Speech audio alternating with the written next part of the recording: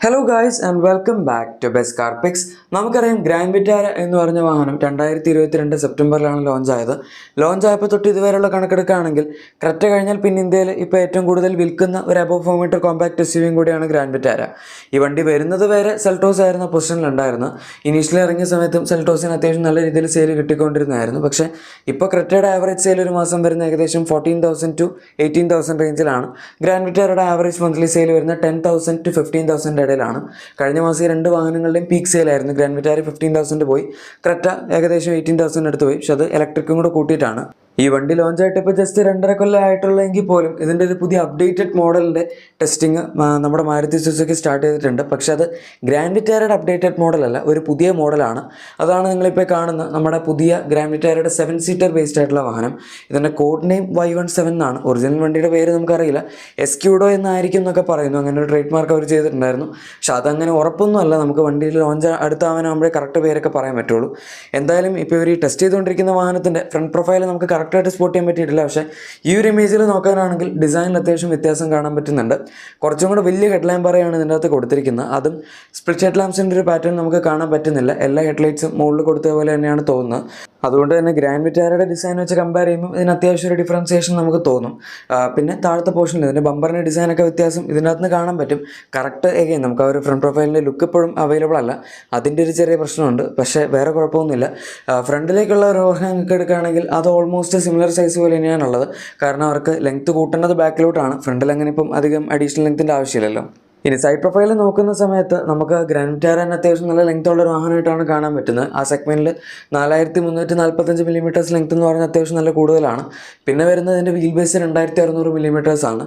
Wheel ബേസിൽ വലിയൊരു difference കാണാൻ പറ്റിയില്ല എങ്കിൽ പോലും ലെങ്ത്തിൻ്റെ കാര്യത്തിൽ അത്യാവശ്യം വ്യത്യാസം ഉണ്ടാവും. ഏകദേശം 100 to 150 മില്ലിമീറ്റേഴ്സിനടുത്ത് വരെ ലെങ്ത് കൂടാനുള്ള സാധ്യതയുണ്ട്. അത് മെയിനായിട്ട് ബാക്കിലത്തെ ഒരു ഓവർഹാങ്ങിലായിരിക്കും വ്യത്യാസം വരുന്നത്. കാരണം വണ്ടിക്ക് ലെങ്ത് കൂടണം എന്നാൽ മാത്രമേ അവർക്ക് അഡീഷണൽ ഒരു റോ ഓഫ് സീറ്റ്സും കൂടെ അക്കോമഡേറ്റ് ചെയ്യാൻ പറ്റുള്ളൂ. പിന്നെ ഹൈറ്റും കുറച്ച് കൂട്ടേണ്ടി വരും. എന്നാലും നമുക്ക് ബാക്കിലത്തെ തേർഡ് റോ പാസഞ്ചേഴ്സിനുള്ള ഹെഡ് റൂമും ഇതിനകത്ത് അവർക്ക് പ്രോപ്പറായിട്ട് കൊടുക്കാൻ പറ്റുള്ളൂ. ഡോറൊക്കെ എടുക്കുകയാണെങ്കിൽ ഏകദേശം നമുക്ക് ഈ ഗ്രാൻഡ് വിറ്റാരയിൽ കിട്ടിയ പോലെയൊക്കെ തന്നെയാണ് ഇതിൻ്റെ അകത്തും കിട്ടുന്നത്. പിന്നെ സൈഡിൽ നമ്മുടെ അലോയ്സിൻ്റെ ഡിസൈൻ നിങ്ങൾക്ക് കാണാം. പുതിയ അലോയ്സ് ആണ്. ഇപ്പോൾ നമുക്ക് ഗ്രാൻഡ് വിറ്റാരയിൽ മാക്സിമം 17 ഇഞ്ച് വരെ വീൽസിൻ്റെ സൈസ് കിട്ടുന്നുള്ളൂ. ഇതിനകത്ത് ഇപ്പോൾ കറക്റ്റ് സൈസ് ഒന്നും എവിഡൻ്റ് അല്ല എങ്കിൽ പോലും 17 to 18 ഇഞ്ച് വരെ ഇതിൻ്റെ അകത്ത് സൈസ് കിട്ടാനുള്ള സാധ്യതയുണ്ട്. കാരണം ഓൾറെഡി ഉള്ളതിൽ നിന്നൊരു അപ്ഗ്രേഡ് എന്നുള്ള രീതിയിലാണ് ഈ വാഹനം ഇറക്കുന്നത്. എന്തായാലും ഡിസൈനിൽ വ്യത്യാസമുണ്ട്. കുറച്ചും കൂടെ നല്ലൊരു ഡിസൈനുള്ള അലോയ് വീൽസാണ് ഇതിനകത്ത് കൊടുത്തിരിക്കുന്നത്. എനിക്ക് പേഴ്സണലി ഗ്രാൻഡ് വിറ്റാരയുടെ അലോയ്സ് ഇത്തിരി പ്ലെയിൻ ആയിട്ടാണ് തോന്നാറുള്ളത്. പക്ഷേ ഇതിൻ്റെ അകത്ത് ഇപ്പം അവർ ആ ഒരു ഡിസൈൻ ഇത്തിരി റിവൈസ് ചെയ്തപ്പോൾ കാണാൻ കുറച്ചുകൂടെ നല്ലതായി.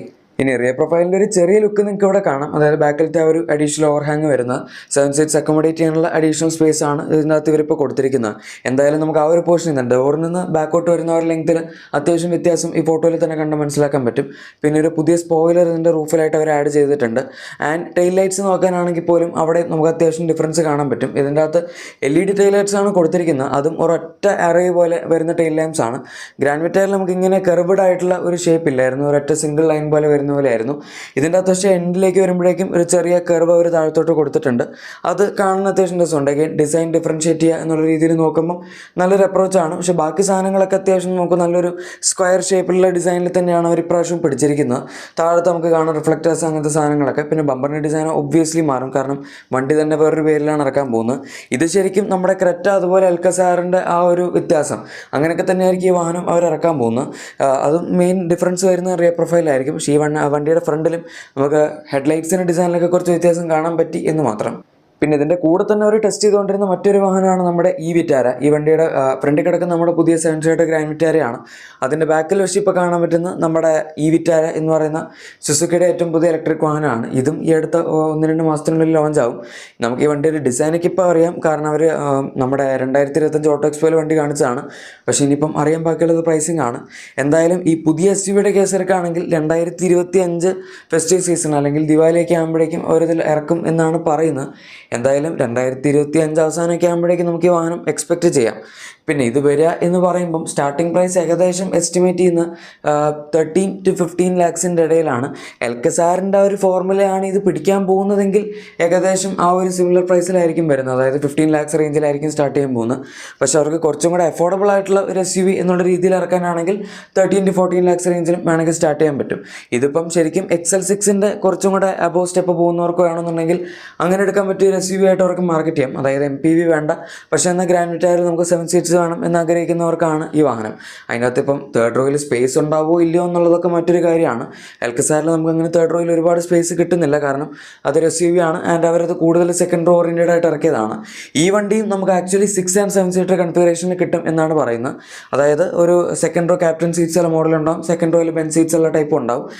പിന്നെ ഇതിൻ്റെ അകത്ത് അഡീഷണൽ ഫീച്ചേഴ്സ് വരുന്ന കാര്യം പറയുന്നുണ്ട്. ഇപ്പോൾ നമ്മൾ ഇവരുടെ പുതിയ വിറ്റാര കണ്ടു, അതിൻ്റെ അകത്ത് അഡീഷണൽ ഫീച്ചേഴ്സ് നമ്മുടെ മാരുതി സുസുക്കി കൊടുത്തിട്ടുണ്ടായിരുന്നു. പുതിയ വലിയ സൈസുള്ള ഇൻഫോർടൈൻ സിസ്റ്റം ആണ് അതിൻ്റെ അകത്ത് നമുക്ക് കിട്ടുന്നത്. അതുപോലെ ഇനി ഇൻസ്റ്റോൺ ക്ലസ്റ്ററും അവർ കംപ്ലീറ്റ്ലി മാറ്റിയിട്ടുണ്ട്. സെൻറ്റർ കൺസോളിൻ്റെ ഡിസൈനൊക്കെ റീഡിസൈൻ ചെയ്തിട്ടുണ്ട്. സ്റ്റിയറിംഗ് വീൽ പുതിയതാക്കിയിട്ടുണ്ട്. സ്റ്റിയറിംഗ് വീലൊന്നും ഇതിൻ്റെ അകത്ത് പുതിയതാവില്ലെങ്കിലും ഇൻഫോർടൈൻ സിസ്റ്റത്തിൻ്റെ സൈസും ഇൻസ്റ്റോൺ ക്ലസ്റ്ററും ഒക്കെ നമുക്ക് വ്യത്യാസം ഉണ്ടാവും. അങ്ങനെ കുറച്ച് വ്യത്യാസങ്ങളും, പിന്നെ ബാക്കിൽ വെന്റിലേറ്റഡ് സീറ്റ്സ് ഒക്കെ അവർക്ക് വേണമെങ്കിൽ ക്യാപ്റ്റൻ സീറ്റ്സ് ഉള്ള മോഡൽ ആഡ് ചെയ്യാം. സോ അങ്ങനെ കുറച്ച് ഫീച്ചേഴ്സ് വൈസുള്ള ഡിഫറൻസും നമുക്ക് ഇതിനകത്ത് എക്സ്പെക്ട് ചെയ്യാം.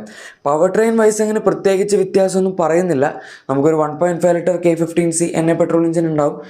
അത് 103 PS പവറും അതുപോലെ തന്നെ 137 ന്യൂട്ടൺ മീറ്റേഴ്സിന് ടോർക്കാണ് ജനറേറ്റ് ചെയ്യുന്നത്. പിന്നെ വരുന്ന നമ്മുടെ ഹൈബ്രിഡ് പവർ ട്രെയിൻ ആണ്. അതായത് ടൊയോട്ടയുടെ TNGA സീരീസിൽ വരുന്ന എഞ്ചിനാണത്. അത് 1.5 ലിറ്റർ 3 സിലിണ്ടർ പെട്രോൾ എഞ്ചിനാണ്. പക്ഷേ അതിൻ്റെ കൂടെ ഇലക്ട്രിക് മോട്ടർ, ബാറ്ററി പാക്ക് എല്ലാം കൂടെ വെച്ച് വരുമ്പോഴേക്കും കമ്പൈൻഡ് ഔട്ട്പുട്ട് വരുന്നത് 116 PS-നടുത്തും അതുപോലെ ടോർക്ക് ഔട്ട്പുട്ട് വരുന്നത് 144 ന്യൂട്ടൺ മീറ്റേഴ്സ് ആണ്. ഗ്രാൻഡ് വിറ്റാരിലും ഹൈറൈഡിലും അത്യാവശ്യം നല്ല റെസ്പോൺസ് ഉള്ള ഒരു എഞ്ചിൻ തന്നെയാണ്, അല്ലെങ്കിൽ ഒരു പവർ ട്രെയിൻ ഓപ്ഷൻ തന്നെയാണ് ഹൈബ്രിഡ് എന്ന് പറയുന്നത്. ഓൾമോസ്റ്റ് 40% ആൾക്കാരും ചൂസ് ചെയ്യുന്ന ഹൈബ്രിഡ് ആണ്.